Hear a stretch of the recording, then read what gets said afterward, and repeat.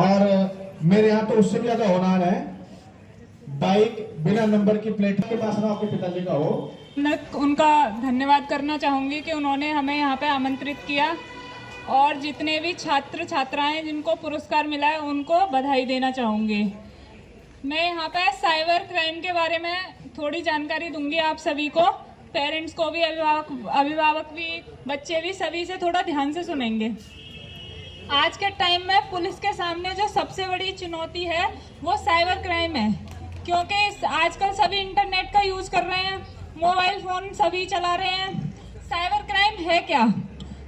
Online माध्यम पर गैर कानूनी तरीके से किया गया कोई भी कार्य, जैसे हम कोई भी फेक न्यूज फैलाते हैं जिससे दंगे भड़कने के चांसेस होते हैं, या आपके बैंक अकाउंट से कोई गैर कानूनी तरीके से पैसे निकाल लेता है, तो ये सब क्या है, एक साइबर फ्रॉड के अंतर्गत आता है। अब इससे हम किस तरीके से बच सकते हैं? आज के टाइम में सभी फेसबुक, इंस्टाग्राम सब कुछ यूज करते हैं, तो सबसे पहले तो जो अननोन पर्सन है जिसे आप जानते नहीं है उसकी फ्रेंड रिक्वेस्ट आती है तो उसे एक्सेप्ट ना करें। पहले देख लें कि ये हमारी जानकारी का पर्सन है या नहीं है। फिर दूसरा, अगर वो आपसे कोई भी आपकी निजी जानकारी मांगता है, कोई भी इंफॉर्मेशन मांगता है, फोटोज मांगता है, तो किसी भी पर्सन को अपनी फोटोग्राफ और ये सब सेंड ना करें। दूसरा, ओटीपी आपके फोन पे आता है, कोई ओटीपी मांगता है तो ओटीपी ना दें, किसी भी अननोन लिंक पे क्लिक ना करें। आज के टाइम में बहुत ज्यादा फ्रॉड चल रहा है, आपके फोन में व्हाट्सएप पे फोटोज आएगा और उसके पीछे एक हिडन लिंक रहता है जो आपको पता नहीं चलेगा। आप जैसे ही उस पर क्लिक करेंगे आपकी डिटेल्स उसके पास में पहुंच जाएगी और आपके अकाउंट से पैसे ट्रांसफर हो जाएंगे। अब इसके लिए आप क्या करें? सबसे पहले साइबर क्राइम का एक नंबर है, साइबर हेल्पलाइन नंबर 1930। बिल्कुल भी पैनिक करने की जरूरत नहीं है। अगर आपके साथ इस तरीके की कुछ भी घटना होती है तो सबसे पहले 1930 पर फोन करें और उन्हें अपनी डिटेल्स बताएं कि ऐसे ऐसे हमारे साथ में हो गया है, हमारे अकाउंट से पैसे ट्रांसफर हो गए हैं या जो भी है। तो वो क्या होगा कि सबसे पहले वो आपके अकाउंट को फ्रीज करेंगे और इसके 99% चांसेस हैं कि आपके पैसे वापस मिल जाएंगे अगर आपने विद इन 1 घंटे या 2 घंटे के अंदर उन्हें कॉल कर दिया तो। दूसरा, फिर थाने में एप्लीकेशन तो देनी है और बैंक में भी आप एक एप्लीकेशन दें तो आपका अकाउंट फ्रीज हो जाए। तो सबसे पहले हमें क्या करना है? 1930 पर फोन करना है। इस नंबर को सभी बच्चे अपनी डायरी में नोट करें। दूसरा, हमारा मिशन शक्ति का अभियान है। मिशन शक्ति स्पेशली महिलाओं के लिए एक नंबर चलाया है सरकार की तरफ से, 1090। 1090 क्या है कि आप लोग अकेले आते जाते हैं, साइकिल से भी आती होंगी कुछ छात्राएं, बस से, ऑटो से, पैदल भी आती हैं। तो अगर रास्ते में कोई भी आपको परेशान कर रहा है, पड़ोसी हो गया, दोस्त हो गया और अजनबी हो गया, किसी भी तरीके की कमेंट करता है, पीछा करता है, आपको कोई भी खतरा लगता है, तो सबसे पहले किस नंबर पे आप फोन कर सकते हैं? 1090 पे। ये स्पेशली महिलाओं के लिए ही है। कोई अगर आपको व्हाट्सएप पे उल्टे सीधे मैसेज कर रहा है, फेसबुक पे मैसेज कर रहा है, आपके कोई फेक प्रोफाइल बना लिया, आपके फोटो वहां पे अपलोड कर दिए हैं, तो उसके लिए भी आप किस नंबर पे फोन कर सकते हैं? 1090। 1090 से आपको क्या बेनिफिट होगा कि आप थाने जाने से बच जाएंगे। आपको थाने जाने की जरूरत नहीं पड़ेगी। आपका काम कहाँ से हो जाएगा? फोन से ही हो जाएगा।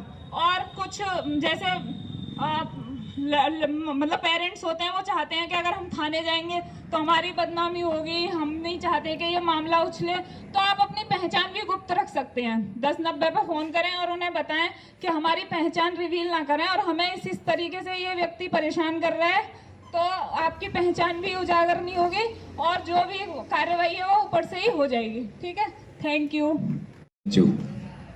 और जागरूक मातृशक्ति जिन्होंने अपनी मेहनत और विषम परिस्थितियां और सुविधाएं न होने के बावजूद अपने बच्चों को इस मुकाम तक पहुंचाया कि आज बच्चे जिला स्तर, प्रदेश स्तर और राष्ट्रीय स्तर पर अपनी प्रतिभा की खुशबू बिखेर रहे हैं। बहुत बहुत बधाई, बहुत बहुत धन्यवाद आप स्टाफ को, सभी को। पीटीआई महोदय, जहाँ पे इस गंगो जैसे कस्बे में कोई विशेष सुविधा नहीं है और आपने इतनी मेहनत करके एक बच्चे को राष्ट्रीय स्तर तक पहुँचाया, आप हृदय से बधाई के पात्र हैं।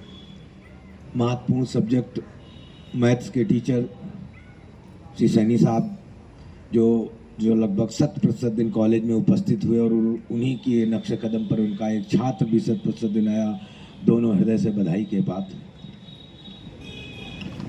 अब मैं अपनी बात शुरुआत करता हूँ। सर्वप्रथम बच्चों, मातृ पितृ चरण कमलोभ्यो नमः। गुरु मातृ पितृ चरण कमलोभ्यो नमः। पहला गुरु जीवन की माँ होती है, फिर गुरु होता है, और गुरु जीवन का ही सार होता है। चाहे आध्यात्मिक जीवन हो या शैक्षिक जीवन हो या सांसारिक जीवन हो, इन सब में आगे बढ़ते हुए जब हम शिक्षा के क्षेत्र में आते हैं तो आप विद्यालय में आते हैं और आप सभी का सपना रहता है कि आप हर बच्चा अपने मन में कोई ना कोई एक स्वप्न रखता है। बस वो स्वप्न उसका परिस्थितियों बस दबता चला जाता है। वो उस स्वप्न को अपनी ऊर्जा में परिवर्तित नहीं कर पाता है। अपने स्वप्न को अपनी ऊर्जा में बनाए रखने के लिए मन की ताकत की आवश्यकता होती है, स्थितियों की नहीं। आप जिस स्थिति में जहां हैं आप उस पर लड़ते रहेंगे और अपने उस सपने को दिन में 5 बार बोलेंगे। जितने बच्चे बैठे हैं या जितने हमारे पूर्व छात्र आए इस विद्यालय के, जिस बच्चे ने अपने सपने को, अपने एम को, अपने टारगेट को एक दिन में 5 बार कहा होगा, मैं गारंटी लेता हूं वो बच्चा कभी असफल नहीं हो सकता है। सुबह से शाम तक अपने लक्ष्य को आप 5 बार कहिए मन में, 5 बार। 5 बार का मतलब एक ही बार में ही 5 बार नहीं, 5 times in a day. If you set yourself, you talk to yourself, talk to with your mind, and you will order to your mind that you have to do it, कि हमें ये करना है, और आप उसे 5 दिन में 5 बार बोलेंगे तो आपको अपने लक्ष्य से रोकने में कोई नहीं रोक सकता है। स्टॉप करके आप कोई बहुत अच्छे स्टूडेंट नहीं बन सकते हैं, लेकिन आप में वर्सटैलिटी है, माँ बाप की सेवा में निष्ठा है, माँ बाप की सेवा सर्वोपरि है, गुरु के प्रति समर्पण है, तो आप वर्सटाइल बनेंगे।